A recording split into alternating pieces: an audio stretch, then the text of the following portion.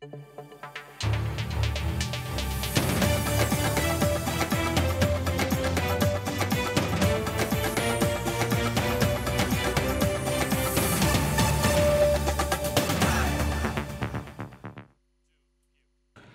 দর্শক, আমি খান মোহাম্মদ রুমেল স্বাগত জানাচ্ছি সম্পাদকীয়তে।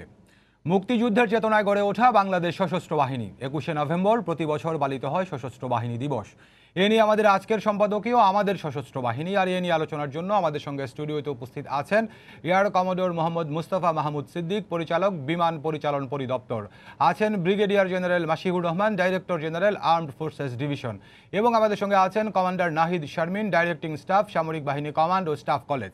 দর্শক, আপনারা আলোচনায় চাইলে সরাসরি অংশ নিতে পারবেন। এর জন্য টেলিভিশনের পর্দায় নম্বর ফোন করতে হবে। এছাড়া ফেসবুকের মাধ্যমে আপনাদের মন্তব্য পাঠাতে পারেন। আলোচনা শুরুর আগে দেখে নেব এখনকার প্রধান শিরোনামগুলো। স্বাধীনতা, সার্বভৌমত্ব রক্ষা ছাড়াও উন্নয়ন কর্মকাণ্ডে সম্পৃক্ততা বাড়াতে হবে। সশস্ত্র বাহিনী দিবসে প্রধানমন্ত্রী শিখা অনির্বাণে শ্রদ্ধা।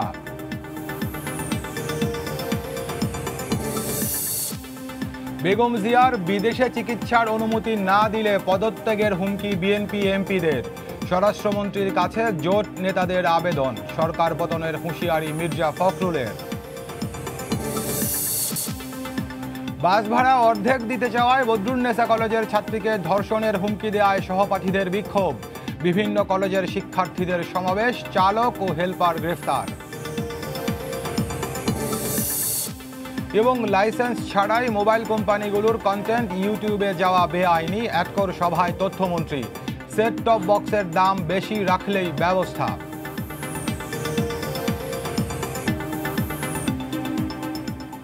দর্শক, শিরোনাম দেখছিলেন, মূল আলোচনা যেতে চাই। বলছি আজকে আমাদের আলোচনার শিরোনাম আমাদের সশস্ত্র বাহিনী। শুরুতে যেমনটি বলছিলাম, আজ 21শে নভেম্বর সশস্ত্র বাহিনী দিবস। তা আমাদের সঙ্গে আজকে উপস্থিত আছেন বাংলাদেশের 3 বাহিনীর 3 জন কর্মকর্তা। তাদের সঙ্গে মূলত সশস্ত্র বাহিনী দিবস নিয়ে আজকে আমরা আলোচনা করব। শুরুতে ব্রিগেডিয়ার জেনারেল মাশিহুর রহমান, আপনার সঙ্গে যুক্ত হতে চাই। 21শে নভেম্বর আমরা সশস্ত্র বাহিনী দিবস পালন করি, প্রতি বছরই করি। তো 21শে নভেম্বর কেন আমাদের সশস্ত্র বাহিনী দিবস হলো, আর এই দিনটির তাৎপর্যই কি? ধন্যবাদ। আজকের এই সশস্ত্র বাহিনী দিবসে আমাদেরকে জাতির সাথে সম্পৃক্ত করে দেওয়ার জন্য আপনাকে এবং আমাদের সকল গণমাধ্যমকে ধন্যবাদ জ্ঞাপন করছি। একই সাথে আমাদের সরকারকেও ধন্যবাদ জ্ঞাপন করছি যে বিশ্বের উন্নত দেশগুলোর মতো আমাদের দেশও সশস্ত্র বাহিনীর এই কর্মকাণ্ডে আরও উৎসাহ প্রদানের জন্য সশস্ত্র বাহিনী দিবসগুলো প্রতিপালিত হয়। আজকের এই দিবসে আমরা সরকারকে অশেষ শ্রদ্ধা এবং ধন্যবাদ জ্ঞাপন করছি। সশস্ত্র বাহিনী দিবসের তাৎপর্য উল্লেখ করার পূর্বে সর্বপ্রথমেই আমি সশ্রদ্ধ চিত্তে স্মরণ করতে চাই জাতির জনক, সর্বকালের সর্বশ্রেষ্ঠ বাঙালি জাতির জনক বঙ্গবন্ধু শেখ মুজিবুর রহমানকে। একই সাথে আমরা আরও শ্রদ্ধা জানাতে চাই 30 লক্ষ শহীদকে, যাদের রক্তের বিনিময়ে আজ আমরা গর্বিত একটি জাতি এবং আমরা বিশ্বের বুকে মাথা উঁচু করে দাঁড়াতে পেরেছি। আজ বিশেষভাবে আমি শ্রদ্ধা জানাতে চাই আমাদের সশস্ত্র বাহিনীর যে সমস্ত অকুতোভয় বীর সেনানীরা, যারা স্বাধীনতার শুরু থেকেই আমাদের সশস্ত্র বাহিনীর সম্পৃক্ত হয়ে দেশ রক্ষার সংগ্রামে লিপ্ত হয়েছেন, যুদ্ধ শুরু করেছেন এবং সর্বশেষে বিজয় ছিনিয়ে এনেছেন। সশস্ত্র বাহিনী দিবস আমাদের গর্বের একটি ব্যাপার। 1971 সালের 25শে মার্চ কালো রাত্রিতে পাকিস্তান বাহিনী যখন আমাদের দেশের দেশের নিরীহ জনগণের উপর যখন ঝাঁপিয়ে পড়ল, তখন আমাদের সশস্ত্র বাহিনী যে যেখানেই ছিল, এর পূর্বেই বঙ্গবন্ধুর সেই আহ্বানে সাড়া দিয়ে সবাই প্রস্তুত ছিল যুদ্ধে ঝাঁপিয়ে পড়ার জন্য। সেই অনুসারে প্রথম দিন থেকেই বিশেষত ইস্ট বেঙ্গল রেজিমেন্টের 5টি ব্যাটালিয়ন বাংলাদেশে অবস্থান করছিল। যশোরে ছিল ফার্স্ট বেঙ্গল, জয়দেবপুরে সেকেন্ড বেঙ্গল, সৈয়দপুরে থার্ড বেঙ্গল, কুমিল্লাতে ফোর্থ বেঙ্গল এবং চট্টগ্রামে ছিল অষ্টম বেঙ্গল রেজিমেন্ট। তারা প্রথম দিন থেকেই এই যুদ্ধে ঝাঁপিয়ে পড়ে এবং আমাদের যুদ্ধ ধীরে ধীরে গতি লাভ করে। এই গতি লাভ করে আমাদের যে সশস্ত্র সংগ্রাম, এটি সশস্ত্র যুদ্ধে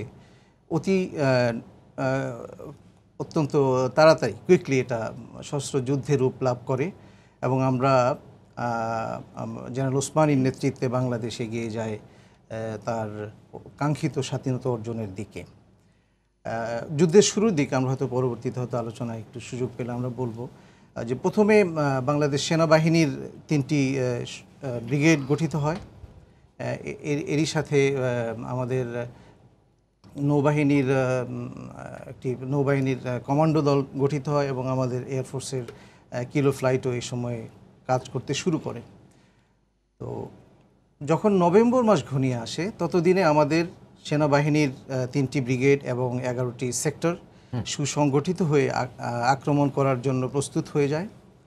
আমাদের নৌবাহিনীর নৌ কমান্ডো দল কার্যকরীভাবে অপারেশন চালাতে সক্ষম হয় এবং একইভাবে আমাদের বিমান বাহিনীর কিলো ফ্লাইট অত্যন্ত সক্ষমতার সাথে আমাদের যুদ্ধে অংশগ্রহণ করে শত্রুর বিভিন্ন স্থাপনায় আঘাত হানতে সক্ষম হয়। তো এই পরিস্থিতিতে 21শে নভেম্বর সেই দিন মূলত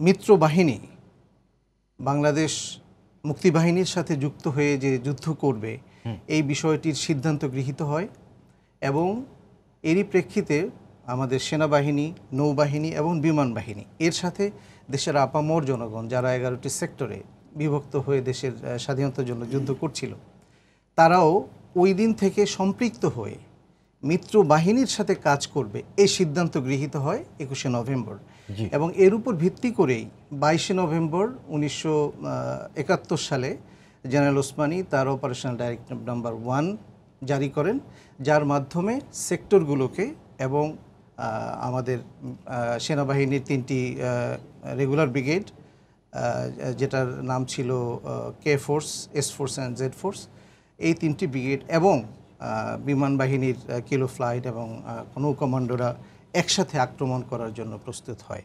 এটা অত্যন্ত তাৎপর্যপূর্ণ ছিল বিকজ ওই দিন আমরা বুঝতে সক্ষম হই যে আমাদের বিজয় অতি সন্নিকটে এবং সেটাই আমরা স্মরণ করছি এই সশস্ত্র বাহিনী 21শে নভেম্বর প্রতি বছর। জি, আপনাকে অনেক ধন্যবাদ। আপনার সঙ্গে যুক্ত হতে চাই এরকম মোহাম্মদ মোস্তফা মাহমুদ সিদ্দিক। জেনারেল মাসিহুর বলছিলেন যে আমাদের সশস্ত্র বাহিনী দিবসের তাৎপর্যতা। আমি যদি আপনার বাহিনীর দিকে আসি, অর্থাৎ বাংলাদেশ বিমান বাহিনীর মধ্যে আসি, একটি রক্তক্ষয়ী সংগ্রামের মধ্য দিয়ে যেরকম বাংলাদেশের অর্জন, বাংলাদেশের পথ চলা, সেরকম আমাদের 3 বাহিনীর যাত্রাও একটি মুক্তিযুদ্ধের মধ্য দিয়ে, মানে পৃথিবীর ইতিহাসে গৌরব উজ্জ্বল একটি ঘটনা। তো সেই জায়গাতে আজকের 50 বছর বাংলাদেশের হয়েছে, 50 বছরে এসে যদি আপনার বাহিনীর কথা জানতে চাই, সেই 71-এর যে আমরা যাত্রা শুরু করলাম আজকে 2021-এ এসে কোথায় দাঁড়িয়ে আছি? বিসমিল্লাহির রহমানির রহিম। সম্মানিত সঞ্চালক, আমার সহকর্মীবৃন্দ, টিভি সেটের সামনে যে সমস্ত দর্শকবৃন্দ বসে আছেন, সবাইকে সশস্ত্র বাহিনী দিবসের শুভেচ্ছা এবং সালাম। অনুষ্ঠানের শুরুতে আমি আপনাকে ধন্যবাদ জানাতে চাই, সময় টিভিকে ধন্যবাদ জানাতে চাই এরকম একটি মহতী অনুষ্ঠানে আমাদের আমন্ত্রণ জানানোর জন্য। অনুষ্ঠানের শুরুতে আমি গভীর শ্রদ্ধা নিবেদন করতে চাই হাজার বছরের শ্রেষ্ঠ বাঙালি, জাতির পিতা বঙ্গবন্ধু শেখ মুজিবুর রহমানকে, যার উদাত্ত আহ্বানে সাড়া দিয়ে দেশের আপামর জনসাধারণের সাথে আমাদের সশস্ত্র বাহিনীর সদস্যরা যুদ্ধে ঝাঁপিয়ে পড়েছিল, যার পরিপ্রেক্ষিতে আজ আমরা দেশ পেয়েছি, স্বাধীন দেশ পেয়েছি, একটি স্বাধীন পতাকা পেয়েছি এবং যার পরিপ্রেক্ষিতে আজ আমরা স্বাধীন দেশের নাগরিক হিসাবে এরকম একটা অনুষ্ঠানে আপনার সাথে কথা বলতে পারছি। সেই সাথে আমি আরও শহীদদের, যারা লাখো শহীদ রক্ত দিয়েছেন স্বাধীনতা যুদ্ধে, তাদের প্রতি শ্রদ্ধা নিবেদন করছি। সেই সাথে আমি আরও শ্রদ্ধা নিবেদন করতে চাই এবং স্মরণ করতে চাই 1975 সনের 15ই আগস্ট সেই কালো রাতের ঘটনাকে, যার মাধ্যমে বঙ্গবন্ধু সপরিবারে শাহাদত বরণ করেছিলেন। তার আত্মার মাগফিরাত কামনা করছি। এই প্রেক্ষিতে আমি একটু কথা বলতে চাই, সশস্ত্র বাহিনী এই দিবসটি একটি তাৎপর্যমণ্ডিত দিন আমাদের সশস্ত্র বাহিনী, আমাদের সমস্ত সদস্যদের মাঝেও এবং দেশের জনগণের মাঝেও। আমার সহকর্মী যেভাবে বললেন সশস্ত্র বাহিনীর তাৎপর্য, সেই সাথে আমি বাংলাদেশ বিমান বাহিনীর তখনকার অবস্থা, এখন কী অবস্থায় এসে দাঁড়িয়েছে সেটা একটু আপনার সাথে শেয়ার করতে চাই। যুদ্ধের শুরুতেই আমাদের খুব তীব্রভাবে অনুভূত হচ্ছিল একটি শক্তিশালী বিমান বাহিনীর, বাট আপনি যখন জানেন যে সেই সময়টাতে খুব সহজ ছিল না এরকম একটি বাহিনী গড়ার জন্য। যা হোক, সেই আকাঙ্ক্ষা থেকে, জাতির সেই তীব্র আকাঙ্ক্ষা থেকে 28শে সেপ্টেম্বর কিলো ফ্লাইট গঠিত হয়। আপনারা যদি ইতিহাস দেখেন সেখানে দেখবেন কিলো ফ্লাইটের এই সময়টাতে ভারত সরকার কর্তৃক 3টি বিমান, অতি সাধারণ মানের বিমান, একটি ড্যাকোটা, একটি অ্যালোয়েট, একটি অটার বিমান আমরা পেয়ে থাকি। এর সাথে 9 জন বৈমানিক এবং 47 জন বিমান সেনা এই কিলো ফ্লাইট গঠিত হওয়ার পর আক্রমণ রচনা করে। প্রথম আক্রমণটি হয় 3রা ডিসেম্বর। এখানে একটি জিনিস ধর্তব্যের মধ্যে আমরা নিতে পারি, এই বিমানগুলো ছিল অতি সাধারণ মানের, বা কিন্তু তীব্র দেশপ্রেমের জন্য আমাদের বৈমানিক বৃন্দ এবং আমাদের টেকনিশিয়ানরা এই বিমানগুলোকে যুদ্ধোপযোগী করে তোলেন। তারই প্রেক্ষিতে 3রা ডিসেম্বর মধ্যরাতে আমরা আক্রমণ চালাই বিভিন্ন পিওএল স্টেশনে। আপনি জেনে থাকবেন যুদ্ধের জন্য জ্বালানি একটু অতি অত্যাবশ্যকীয় জিনিস। আমরা চিটাগাংয়ের ইস্টার্ন রিফাইনারিতে এবং নারায়ণগঞ্জের গোদনাইলে প্রথম আক্রমণ করি। এর মাধ্যমে তাদের তেলের ডিপোকে আমরা ধ্বংস করে দিই। তারই প্রেক্ষিতে 1971 সনের 16ই ডিসেম্বর সময়ের পরিক্রমায় আমরা স্বাধীনতা অর্জন করি। যে কিলো ফ্লাইটের মাধ্যমে আমরা যাত্রা শুরু করেছিলাম, কালের পরিক্রমায় সেই কিলো ফ্লাইট আজ বাংলাদেশ বিমান বাহিনী হিসেবে বিশ্বে একটি শক্তিশালী বিমান বাহিনী হিসেবে অবস্থান নিয়েছে। এর জন্য সর্বপ্রথমে আমরা ধন্যবাদ জ্ঞাপন করতে চাই এবং কৃতজ্ঞ চিত্তে স্মরণ করতে চাই বঙ্গবন্ধু শেখ মুজিবুর রহমানকে, যার সুযোগ্য দিক নির্দেশনায় 1972 সনে বঙ্গবন্ধু যখন দেশে ফিরলেন 10ই জানুয়ারি, তারপরই উনি চিন্তা করলেন একটি শক্তিশালী বিমান বাহিনীর জন্য। তার অনুরোধের প্রেক্ষিতে প্রাক্তন সোভিয়েত ইউনিয়ন থেকে একটি প্রতিনিধি দল আসে, যাদের প্রেক্ষিতে আমরা 1972 সনের পরবর্তী সময়ে আমরা MiG-21, তখনকার দিনে এটা ছিল অন্যতম ভয়ঙ্কর যুদ্ধ বিমান, সেই MiG-21 যুদ্ধবিমান পাই, অন্যতম বেস্ট হেলিকপ্টার Mi-8 পাই এবং তার পরিপ্রেক্ষিতে আন্তনভ 24, আন্তনভ 26 এরকম পরিবহন বিমান এবং রেডার পাই। তখন থেকেই বাংলাদেশ বিমান বাহিনীর অগ্রযাত্রা আরও জোরালোভাবে শুরু হয়। 1974 সনে বঙ্গবন্ধু আমাদের জন্য ক্যাডেটদের জন্য, যাদের মাধ্যমে আমরা অফিসার পাই, তাই সেই ক্যাডেটদের জন্য ক্যাডেটস ট্রেনিং উইং করে দিলেন। তারই সুযোগ্য কন্যা বর্তমান সরকারের মাননীয় প্রধানমন্ত্রী জননেত্রী শেখ হাসিনা 2000 সনে আমাদেরকে এনে দিলেন MiG-29 মতো চতুর্থ প্রজন্মের যুদ্ধ বিমান, যেটা আজও সারা বিশ্বে স্বীকৃত অতি আধুনিক বিমান রূপে। তারই পরিক্রমায় আমাদের বর্তমান প্রধানমন্ত্রী আমাদের জন্য এনে দিয়েছেন F7 BG-1, তারপর Yak-130, AW-130, AW-139 এবং C-130J জুলিয়েট, যেটা অন্যতম বিখ্যাত পরিবহন বিমান। এইরকম অনেক বিমান আমরা পেয়েছি বর্তমান জাতির পিতার সুযোগ্য কন্যার হাত ধরে। তারই প্রেক্ষিতে বাংলাদেশ বিমান বাহিনীর জন্য ক্যাডেটদের জন্য আমরা অতি আধুনিক সুবিধা সম্বলিত বঙ্গবন্ধু কমপ্লেক্স, যেটা বিমান বাহিনী একাডেমি হিসেবে পরিচিত, সেটা পেয়েছি এবং বিমান সেনাদের প্রশিক্ষণের জন্য আমরা ATI এয়ারম্যান ট্রেনিং ইনস্টিটিউট পেয়েছি। এই কালের পরিক্রমায় বর্তমানে বাংলাদেশ বিমান বাহিনীর সক্ষমতা বহুলাংশে বৃদ্ধি পেয়েছে। শুধুমাত্র দেশ নয়, দেশের গণ্ডি পেরিয়েও হয়তো একটু পরে আমরা শেয়ার করতে পারবো, আমরা এই মুহূর্তে দেশের বাইরে আমাদের 9টি হেলিকপ্টার এবং একটি বিশাল আকার অতি ক্ষমতা সম্পন্ন পরিবহন বিমান C-130 দেশের বাইরে আন্তর্জাতিক পরিমণ্ডলে কাজ করছে ইউএনের আন্ডারে। এই সমস্ত কিছু সম্ভব হয়েছে বর্তমান সরকারের দিক নির্দেশনায় এবং আমরা দৃঢ়ভাবে বিশ্বাস করি বাংলাদেশ বিমান বাহিনী দেশের ভিতর এবং দেশের বাইরে বিভিন্নভাবে যেভাবে কাজ করে যাচ্ছে, ভবিষ্যতে আরও সেই কর্মধারা অব্যাহত থাকবে। ধন্যবাদ। জি, আপনাকে অনেক ধন্যবাদ। কমান্ডার নাহিদ শারমিন, আপনার সঙ্গে যুক্ত হতে চাই।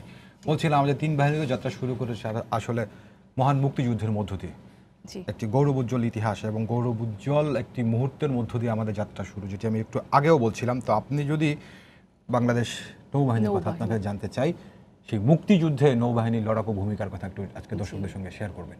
জি, আপনাকে ধন্যবাদ এবং আপনার মাধ্যমে সময় টিভি চ্যানেলকে ধন্যবাদ আমাদেরকে আপনাদের সেট আজকে আমন্ত্রণ জানানোর জন্য সশস্ত্র বাহিনী দিবসে। এবং আমি আসলে আজকের এই দিনটি অবশ্যই আমাকে শুরু করতে হবে, আমাদের স্বাধীনতার 50 বছর পূর্তি হয়েছে। সো আমাদের জাতির জনক বঙ্গবন্ধু শেখ মুজিবুর রহমান, তার হাত ধরেই আমাদের পথ চলা এবং তিনি আমাদের বাংলাদেশের, আধুনিক বাংলাদেশের আমি বলবো রূপকার। তো তার মাধ্যমেই আসলে আমরা একটা স্বাধীন দেশ পেয়েছি, আমরা একটা স্বাধীন জাতি হিসেবে বিশ্বে পরিচিতি লাভ করেছি। এখানে স্যাররাও আসলে উল্লেখ করেছেন যে 1971 সালের সেই 21শে নভেম্বর যখন সমন্বিত প্রচেষ্টার মাধ্যমে আমাদের জনগণ, সাধারণ জনগণ, তার সাথে আমাদের মুক্তিযোদ্ধারা এবং আমাদের সামরিক বাহিনীর, সশস্ত্র বাহিনীর সেনা, নৌ এবং বিমান বাহিনীর সদস্যগণ, তারা একযোগে একটি সুপরিকল্পিতভাবে আসলে যুদ্ধটা সংগঠন করতে পেরেছে এবং এটি আসলে আমাদের যুদ্ধকে, আমাদের বিজয়কে ত্বরান্বিত করেছে এবং এর ফলশ্রুতিতেই কিন্তু আসলে 16ই ডিসেম্বর আমরা আমাদের বিজয় অর্জন করতে পেরেছি। এখানে এই বিজয় অর্জনের পিছনে যদি আমাকে তাকাতে হয়, আসলে আমার সবার প্রথমে যেটা মনে হয় সেই 25শে মার্চের কালরাত্রির কথা, যেদিন ধ্বংসযজ্ঞ চালানো হয়েছিল, হত্যাযজ্ঞ চালানো হয়েছিল এবং এই ধ্বংসযজ্ঞ আসলে বাধ্য করেছিল আমাদের ইস্ট বেঙ্গল রেজিমেন্ট বা ইস্ট পাকিস্তান রাইফেলস পুলিশ বা আনসারের মতো সাধারণ সদস্যদেরকে হাতে অস্ত্র তুলে নেওয়ার জন্য। এবং এর পরবর্তীতে কিন্তু তাদের সাথে যুক্ত হয়েছে আমাদের সাধারণ জনগণ এবং আমাদের সশস্ত্র বাহিনীর সদস্যরা। এবং ওই সময়টা আসলে দরকার ছিল একটা সুসংগঠিত বাহিনীর, এবং সেখান থেকেই কিন্তু আসলে 1971 সালের আপনার 10 এপ্রিল মুজিবনগরে অস্থায়ী সরকার গঠন করা হয়। সেখান থেকে কিন্তু স্যার যেটা উল্লেখ করলেন যে 11টি সেক্টরে আমাদের তদানীন্তন পূর্ব পাকিস্তানকে 11টি সেক্টরে বিভক্ত করা হয়। এর মধ্যে আমি এখন বিশেষত উল্লেখ করতে চাই 10 নম্বর সেক্টরের কথা, কারণ প্রতিটি সেক্টরেই সশস্ত্র বাহিনীর কর্মকর্তাদেরকে কিন্তু সেক্টর অধিনায়ক করে দেওয়া হয়েছিল। শুধুমাত্র 10 নম্বর সেক্টরটা, এটা হচ্ছে আপনার মুজিবনগর হেডকোয়ার্টারের অধীনে সরাসরি কাজ করত, এবং যেখানে আমাদের নৌ কমান্ডোরা 10 নম্বর সেক্টরের অধীনে ছিল এবং তারা বিভিন্ন সময় বিভিন্ন অভিযান পরিচালনা করেছে। সবাই শুনে থাকবে অপারেশন জ্যাকপটের কথা। এটা আসলে আমাদের নৌ কমান্ডোদের জন্য অনেক বড় একটা বিজয় ছিল, কারণ আমাদের 8 জন সাবমেরিনার ছিলেন, তারা ফ্রান্সে প্রশিক্ষণ নিচ্ছিলেন। তারা কিন্তু এই মুক্তিযুদ্ধের ডাকে দেশে চলে এসেছেন এবং তাদের সাথে কতগুলো দেশ পেরিয়ে কতগুলো দেশ পেরিয়ে তারা চলে এসেছেন। এখান থেকে আসলে বোঝা যায় যে কি পরিমাণ দেশপ্রেম তাদের মধ্যে থাকলে এবং বঙ্গবন্ধুর ডাকে তারা কতটা অনুপ্রাণিত হলে তারা এভাবে দেশে চলে আসেন।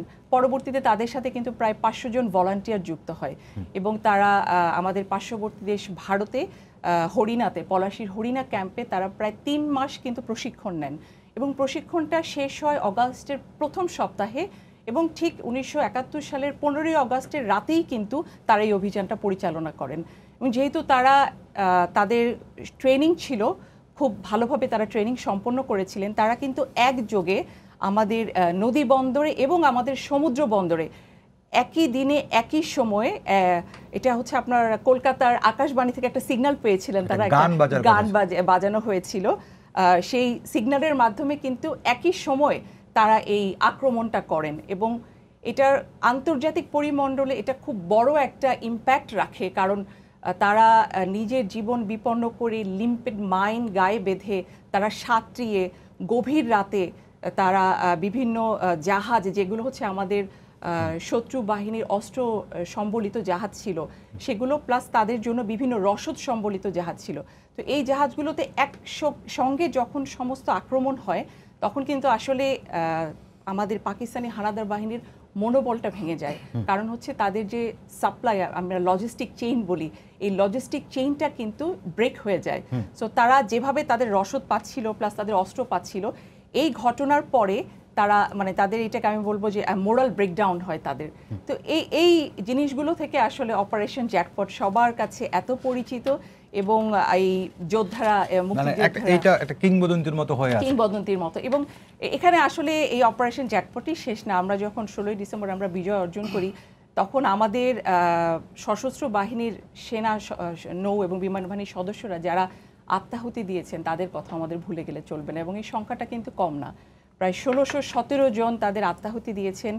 এর মধ্যে 7 জন বীরশ্রেষ্ঠের কথা আমরা জানি, বীর উত্তম, বীর বিক্রম, বীর প্রতীক আছেন, এবং তারা দেশ মাতৃকার জন্য, দেশ প্রেমের জন্য যেভাবে আসলে 1971 সালে যুদ্ধ করেছেন, এটা আমার মনে হয় আমাদের সবারই জানা উচিত। আমাদের তাদেরকে ভুলে গেলে চলবে না।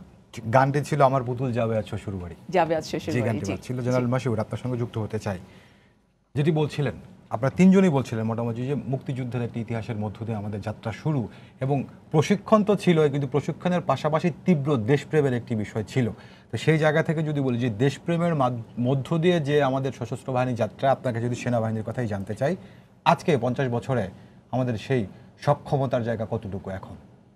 জি, আপনাকে ধন্যবাদ আবারও। আমি একটু আমাদের মহান স্বাধীনতা যুদ্ধে বাংলাদেশ সেনাবাহিনীর ভূমিকাটা একটু বলে আসি, একটু সময় নিব। আমাদের ইস্ট বেঙ্গল রেজিমেন্টে জন্ম হয়েছিল 1947 সালে।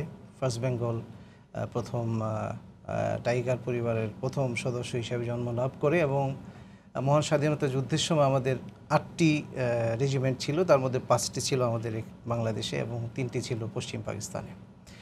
তো 1971-এর 25শে মার্চের সেই কাল রাত্রিতে আঘাত হানার পর পাকিস্তানিরা আমাদের সারা দেশের জনগণ, তার সাথে আমাদের সশস্ত্র বাহিনীর অন্যান্য যে সমস্ত সেনা সদস্যরা দেশে ছিলেন, তারা এবং প্রধানত ইস্ট বেঙ্গল রেজিমেন্টের এই ইউনিটগুলো যেই 5টি জায়গার কথা আমি বললাম যে ছড়িয়ে ছিটিয়ে ছিল, তারা প্রথম দিন থেকেই তারা পক্ষ ত্যাগ করে, বিদ্রোহ করে এবং মহান স্বাধীনতা যুদ্ধে যোগ দেয়।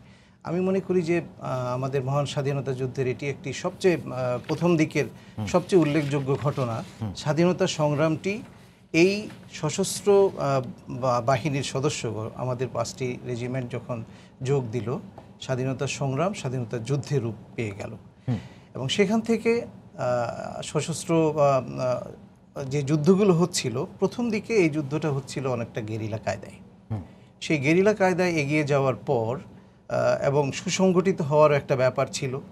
70-এর নির্বাচনের সময় আমাদের ব্যাটালিয়নগুলোকে বিভিন্ন জায়গায় রাখা হয়েছিল, তাদেরকে এক করতে দেওয়া হয়নি। রেজাল্ট দেখে তারা বুঝতে পেরেছিল যে তারা হেরে যাবে পশ্চিম পাকিস্তানিরা, এবং আমাদের নিজেদের মধ্যে যে কোহেশন যাতে না ঘটে, নিজেদের মধ্যে যে সহমর্মিতা আরও যেন বৃদ্ধি না পায়, সেটা যেন কোম্পানি আকারে তারা বিভিন্ন জায়গায় ছড়িয়ে ছিটিয়ে রেখেছিল।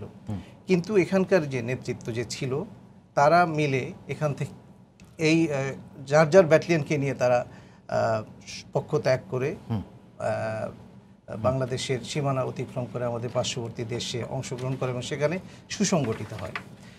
দ্বিতীয় যে বড় ঘটনাটি ঘটেছিল সেটা হচ্ছে যে আমাদের যে মুক্তিযুদ্ধের যে সংগঠন, এই সংগঠনটার আমাদের এই ইস্ট বেঙ্গল রেজিমেন্টের প্রধানত যেই সেক্টর কমান্ডাররা ছিলেন, তারা প্রথম 4 এপ্রিল তেলিয়াপাড়াতে মিটিং করেন এবং পরবর্তীতে আমাদের মুজিবনগর সরকারের গঠন, তাদের শপথ, জেনারেল ওসমানীর দায়িত্ব গ্রহণ, এবং সেখান থেকে তিনি সেক্টরগুলোকে বিন্যস্ত করে আলটিমেটলি 11টিতে গিয়ে দাঁড়ায়। তো এই যে প্রথম দিকের সংগঠন, এই সংগঠনটাও আমাদের সারা দেশের সাধারণ মানুষ, পুলিশ, ইপিআর এবং অন্যান্য যে সমস্ত মানুষগুলো যারা স্বাধীনতা যুদ্ধে অংশগ্রহণ করার জন্য উদ্গ্রীব হয়ে বসেছিল, এই প্ল্যাটফর্মটা তাদেরকে দিয়ে দেয়। এই প্ল্যাটফর্মটা বাংলাদেশ সেনাবাহিনী তাদেরকে প্রদান করে। এবং তৃতীয় যে উল্লেখযোগ্য বিষয়টা ছিল, যুদ্ধ যখন চলছিল, এতদিন গেরিলা আকারে চলছে, জুন মাসে এসে সিদ্ধান্ত হলো যে না, আমাদের এখন কনভেনশনাল ফোর্স দরকার, অর্থাৎ একটি সুসংগঠিত বাহিনী দরকার। তখন ওই 3টি ফোর্স গঠিত হলো এবং জুলাই মাসের শেষে 28 তারিখ, 29-30 জুলাই আমাদের এই 3টি ফোর্সই ইন্ডিপেন্ডেন্ট অপারেশনে অংশগ্রহণ করতে গেল। এই অপারেশনগুলো সবচেয়ে বড় তাৎপর্য ছিল, আমাদের এই ফোর্সটি সুসংগঠিত হলেও আমাদের অস্ত্র এবং গোলা বারুদ কিন্তু তেমন ছিল না, অল্প ছিল। এই সীমিত নিয়েই তারা যুদ্ধ করতে গিয়েছে এবং এতে আমাদের বেশি ক্যাজুয়ালিটি হয়েছে। যুদ্ধক্ষেত্রের সফলতাটা ওই সময় অত বড় না হলেও যেটা সবচেয়ে বেশি কাজে লেগেছে সেটা হচ্ছে যে বাংলাদেশ মুক্তিবাহিনী একটি সুসংগঠিত বাহিনী হিসেবে যুদ্ধ করছে, কনভেনশনাল ওয়ারে তারা জড়িয়ে পড়েছে, মানে আমাদের বিজয় অবশ্যম্ভাবে এই জিনিসটাকে এগিয়ে নিয়ে আসে। তো যাই হোক, এভাবে আমাদের মিত্রবাহিনীর সহায়তায় যদি আমরা আসি, জি, 1971-এর 16 ডিসেম্বর আমাদের কাঙ্ক্ষিত বিজয় অর্জিত হওয়ার পর এই 3টি মাত্র আমাদের যে সেক্টর ছিল, 44 ব্রিগেড হিসাবে পরিগণিত হয়, 44 ব্রিগেড, 46 ব্রিগেড এবং 55 ব্রিগেড হিসাবে ইনিশিয়ালি যাত্রা শুরু করে। এর সাথে আমাদের ছিল মুজিব ব্যাটারি ছিল, রওশনারা ব্যাটারি ছিল এবং আরেকটি ইন্ডিপেন্ডেন্ট ব্যাটারি ছিল। আমাদের কিছু এএমসি মানে আমাদের মেডিকেল কোরের কিছু ইউনিট ছিল যারা আমাদের মুক্তিযোদ্ধাদের সকল স্তরের মুক্তিযোদ্ধাদেরকে সহায়তা করত, এবং কিছু সিগন্যাল ইউনিট ছিল।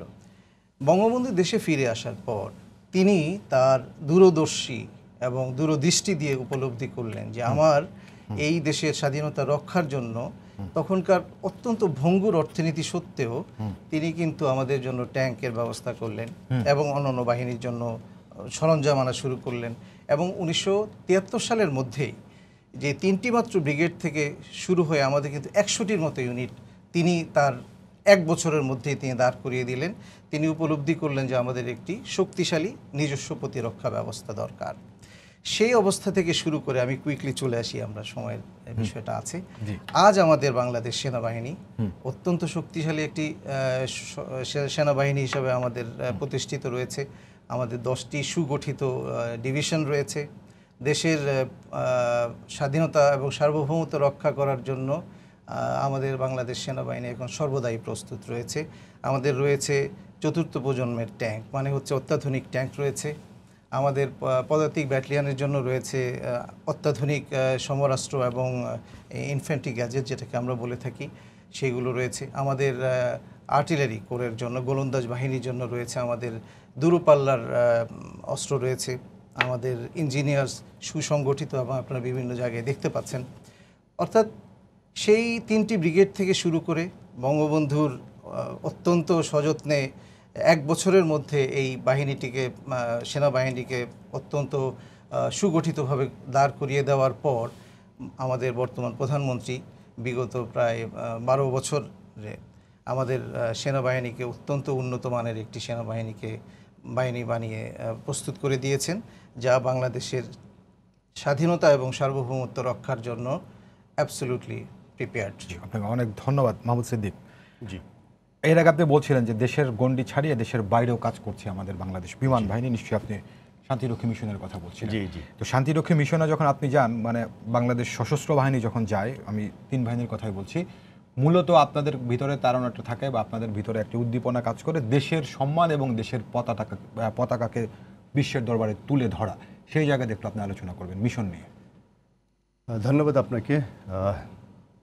শুরুতে যেটা বলেছিলাম, বাংলাদেশ বিমান বাহিনী স্বাধীনতার প্রাককালে অথবা ওই সময়টাতে যে ক্ষুদ্র বিমান বাহিনী হিসেবে পরিচিত ছিল, অথবা যার সূচনা হয়েছিল কিলো ফ্লাইটের মাধ্যমে, কালের পরিক্রমায় সেই বিমান বাহিনী আজ একটি শক্তিশালী বিমান বাহিনী হিসেবে রূপ লাভ করেছে।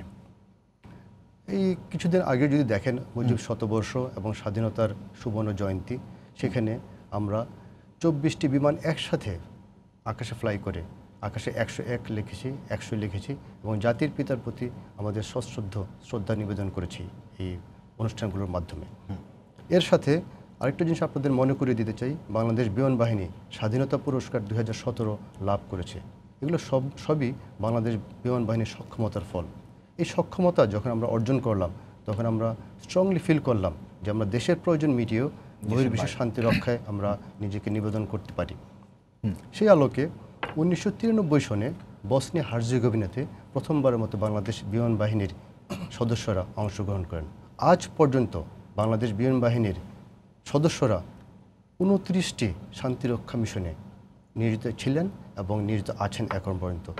সব মিলে আমরা বলতে পারি সদস্য সংখ্যা হয়তো 7,500 অথবা এরকম হবে। Right at this moment Bangladesh বিমান বাহিনীর 9টি হেলিকপ্টার এবং 1টি বড় পরিবহন বিমান জাতিসংঘ শান্তিরক্ষা বাহিনীতে নিয়োজিত আছে। আমরা যে দেশগুলোতে শান্তিরক্ষী হিসেবে কাজ করেছি সেগুলোর ভিতরে east Timor, south Sudan, Kuwait, Bosnia Herzegovina, Democratic Republic of Congo, Haiti, এইসব দেশ সকল। এই দেশ সকল গুলোতে আমরা কাজ করে যে অভিজ্ঞতাটা আমরা অর্জন করেছি তা আমাদের জন্য অতুলনীয়। কিন্তু সবচেয়ে বড় জিনিস হচ্ছে এখানে কাজ করার বদৌলতে বাংলাদেশ বিমান বাহিনী নিজের সুনাম বৃদ্ধি করেছে। সেই সাথে সবচেয়ে বড় জিনিস, আমরা দেশের সুনাম সারা বিশ্বে ছড়িয়ে দিতে পেরেছি। বাংলাদেশ বিমান বাহিনীর সমস্ত শ্রেণীর কর্মকর্তা, কর্মচারী এবং যারা যারা সেখানে নিয়োজিত ছিলেন সবাই তাদের পেশাদারিত্বের মাধ্যমে, তাদের সততার মাধ্যমে, নিষ্ঠার মাধ্যমে বিশ্ব দরবারে বাংলাদেশ এবং তথা বাংলাদেশ বিমান বাহিনীর সম্মান বহুল অংশে বৃদ্ধি করেছেন, সেটা আমি দৃঢ়ভাবে বিশ্বাস করি। এখানে একটি জিনিস আপনাদের আরও মনে করে দিতে চাই, এই বিমান বাহিনী সদস্যরা যখন শান্তিরক্ষা বাহিনীতে নিয়োজিত ছিলেন, সেখানে 2008 সাল থেকে বাংলাদেশ বিমান বাহিনীর মহিলা কর্মকর্তাবৃন্দ তারাও নিয়োজিত ছিলেন। আজ পর্যন্ত 46 জনের মতো মহিলা কর্মকর্তা সেখানে দায়িত্ব পালন করেছেন। এটা আমাদের একটি নারীর ক্ষমতায়ন বাংলাদেশ বিমান বাহিনী এর মাধ্যমে সারা বিশ্বের কাছে প্রজেক্ট করেছে। Right at this moment Bangladesh বিমান বাহিনীর 16 জন নারী কর্মকর্তা বিভিন্ন জায়গায় কর্মরত আছেন। আমরা দৃঢ়ভাবে বিশ্বাস করি আমাদের দেশের গণ্ডি পেরিয়ে যে সুনাম বাংলাদেশ বিমান বাহিনী নিয়ে এসেছে, সেই ধারা ভবিষ্যতে অব্যাহত থাকবে। অনেক ধন্যবাদ কমান্ডার নাহিদ শারমিন। আপনার কাছে আমি একটি বিষয় জানতে চাই, সেটি হচ্ছে যে আমাদের বঙ্গবন্ধু একটি নীতি নিয়েছেন 1974 সালে। তো সেই বঙ্গবন্ধুর শ্রেণী থেকে আজকে আপনি বঙ্গবন্ধুর সেই নীতি এবং অবদান, সেটাকে আপনি কীভাবে ব্যাখ্যা করবেন? আচ্ছা, বঙ্গবন্ধুর এই মৌলিক নীতি যেটা 1974 সালে উনি দিয়েছিলেন, তার আলোকে কিন্তু আবার 18ই মার্চ 2018-তে আমাদের বর্তমান সরকারের মাননীয় প্রধানমন্ত্রী তার মন্ত্রিসভায় অনুমোদিত হয়েছে জাতীয় প্রতিরক্ষা নীতিমালা, এবং যেটা আসলে ওই 74-এর 2018-তে, এবং যেটা আসলে ওই আমাদের যে 1974 সালে বঙ্গবন্ধুর যে নীতিমালা ছিল তার আলোকেই তৈরি করা হয়েছে, যেখানে দুটো বিষয়কে মূলত ফোকাস করা হয়েছে। একটা হচ্ছে আমাদের জাতির আশা আকাঙ্ক্ষা, আরেকটা হচ্ছে আমাদের সরকারের যে প্রতিরক্ষা পরিকল্পনা।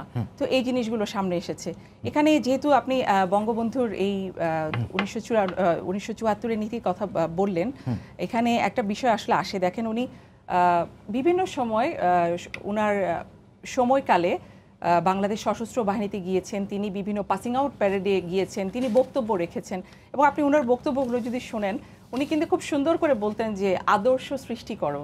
তার মানে উনি চাইতেন যে আমাদের গণসম্পৃক্ততা, আমাদের একটি সুসংগঠিত সশস্ত্র বাহিনী একদিন তৈরি হবে, এবং যেখানে হচ্ছে তিনি আমাদেরকে এক নির্দেশনা দিয়েছিলেন যে আমাদেরকে কিভাবে চলতে হবে এবং আমাদের ভবিষ্যতে দেশের জন্য, দেশের মানুষের জন্য কিভাবে আমাদেরকে কাজ করতে হবে। এটা কিন্তু শুধুমাত্র বহিঃশত্রুর আক্রমণ থেকে দেশকে রক্ষা করা এটাই না, উনি কিন্তু এটা বুঝিয়েছিলেন যে আমাদেরকে গণসম্পৃক্ত হতে হবে।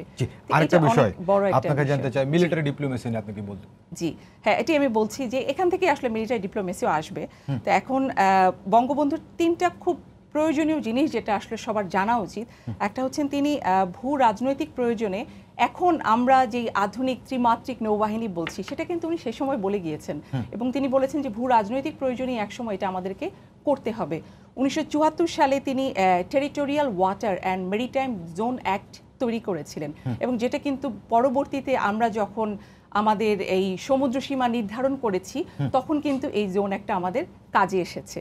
শুধু তাই না, তার যে নেতৃত্ব, তার যে দূরদর্শিতা, এটা আমরা বুঝতে পারি বঙ্গবন্ধুর যে 6 দফা আন্দোলন ছিল সেখানেও একটি পয়েন্টে ছিল তদানীন্তন পূর্ব পাকিস্তানে নৌবাহিনীর সদর দফতর হতে হবে। তো এই জিনিসগুলো আপনি দেখেন, এখন জিওগ্রাফিক্যাল কারণে সেটি বঙ্গবন্ধু জিওগ্রাফিক্যাল কারণেই তিনি চেয়েছিলেন। এখন আমি যদি আপনার পরবর্তী প্রশ্নে আসি, সেটা হচ্ছে মিলিটারি ডিপ্লোমেসি। এখানে আসলে মিলিটারি ডিপ্লোমেসিটা কিন্তু আসলে আসে আমাদের ন্যাশনাল ফরেন পলিসি এবং ন্যাশনাল সিকিউরিটি পলিসি থেকে, এবং এই মিলিটারি ডিপ্লোমেসি আসলে আমরা আমাদের পার্শ্ববর্তী দেশ বা যে কোনো দেশের সাথে আমরা মিলিটারি ডিপ্লোমেসি স্থাপন করি। আমাদের নৌবাহিনীতে আমরা বলি নেভাল ডিপ্লোমেসি, এবং বিভিন্নভাবেই কিন্তু এগুলো আমরা করে থাকি। যেই দেশগুলোতে আসলে মিলিটারি একটা উল্লেখযোগ্য পর্যায়ে রয়েছে তাদের সাথে কিন্তু মিলিটারি ডিপ্লোমেসি স্থাপনের মাধ্যমে আমরা অনেক পারস্পরিক সম্পর্ক উন্নয়ন করতে পারি, এবং অনেক বড় ধরনের কোনো কনফ্লিক্ট এড়িয়ে শুধুমাত্র ডিপ্লোমেসি প্রদর্শন করে কিন্তু আমরা একটা যে কোনো ধরনের কিছু আমাদের সুবিধার্থে আমরা প্রস্তুত করতে পারি নিজেদেরকে। আপনি দেখেন, আমাদের বাংলাদেশ নৌবাহিনী বিভিন্ন সময় গুডউইল ভিজিটে যায়, আমরা বাইল্যাটারাল মাল্টিল্যাটারাল বিভিন্ন টক করি।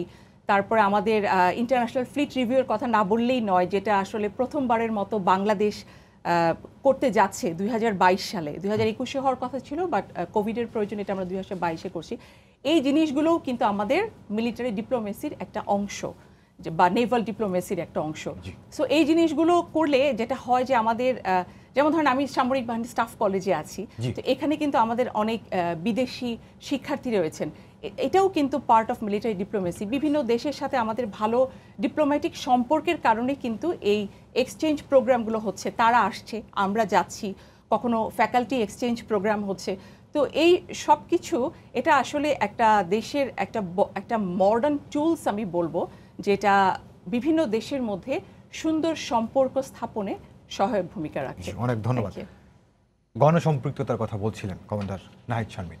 একটি কথা আমরা শুনি এখন, পিপলস আর্মি, এই জায়গাটাতে আপনি একটু ব্যাখ্যা করবেন। ধন্যবাদ। গণসম্পৃক্ততা এটা আমাদের বাংলাদেশ সশস্ত্র বাহিনীর একটি অত্যন্ত গুরুত্বপূর্ণ একটি, আমি বলবো যে এটা একটা কোয়ালিটি। আমাদের স্বাধীনতা যুদ্ধে আমাদের গণমানুষের সাথেই আমাদের বাংলাদেশ সেনাবাহিনী, নৌবাহিনী এবং বিমান বাহিনীর প্রথম যাত্রা শুরু।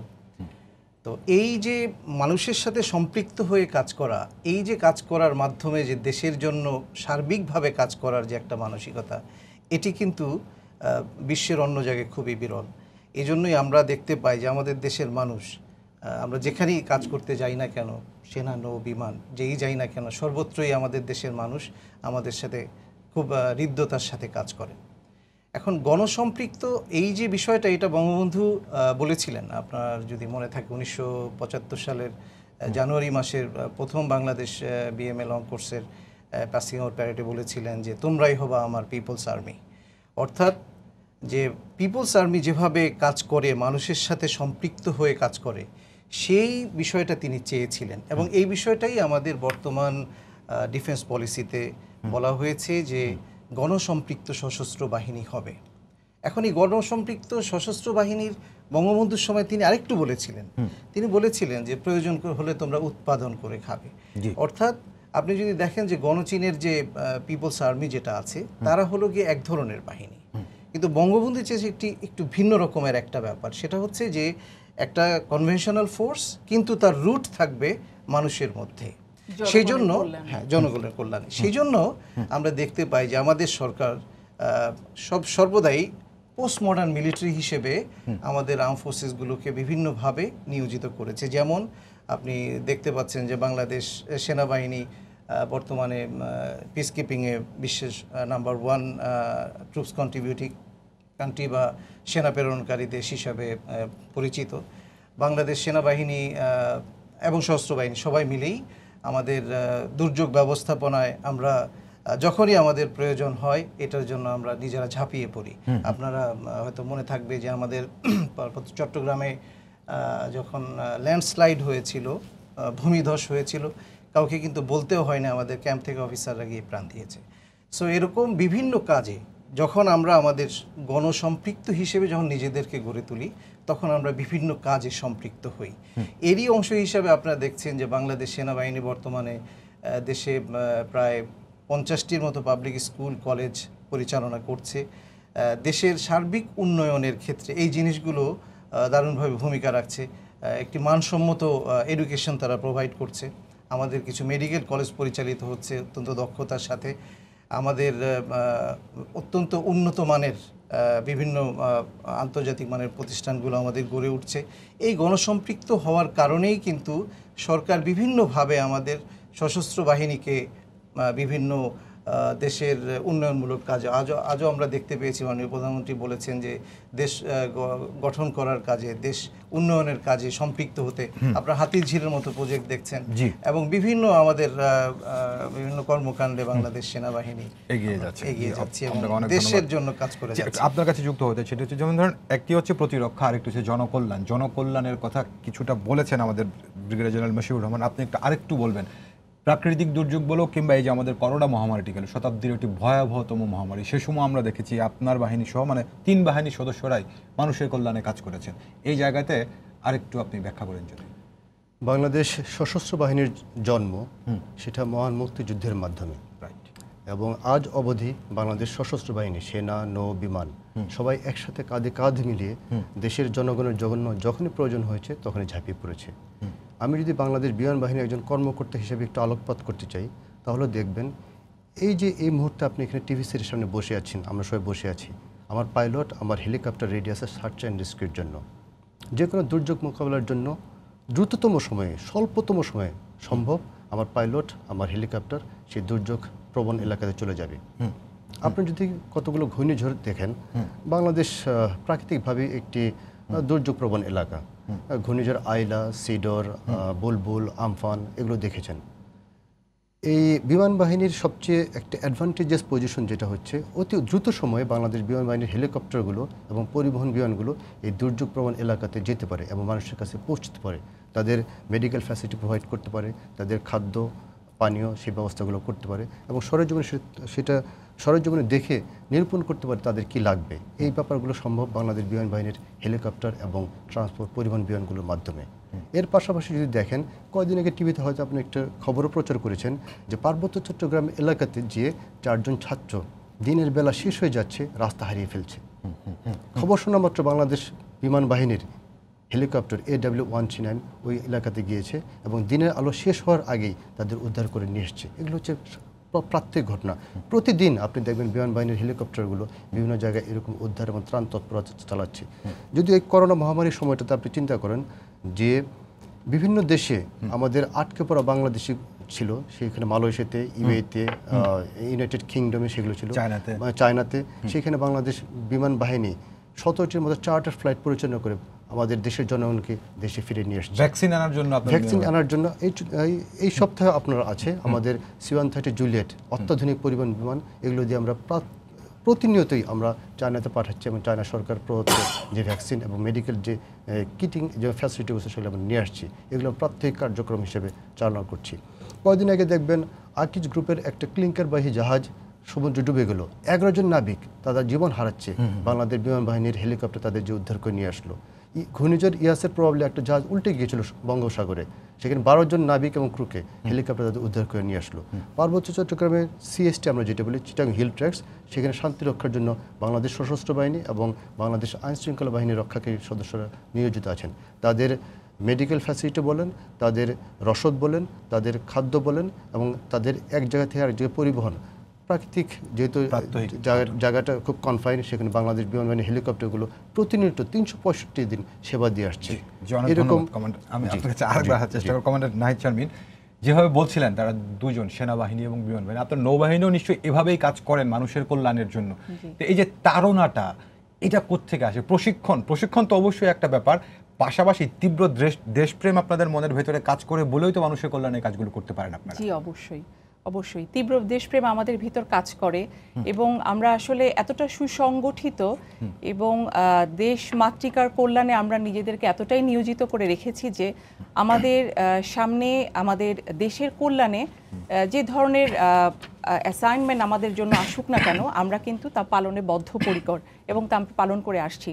স্যাররা যেভাবে বললেন, সেনাবাহিনী যেভাবে সম্পৃক্ত হচ্ছে, বিমান বাহিনী হচ্ছে, দেশের বাইরেও কিন্তু হচ্ছে। আমরা দেখেন, আমরা বড় একটা সমুদ্র সীমা এখন অর্জন করেছি।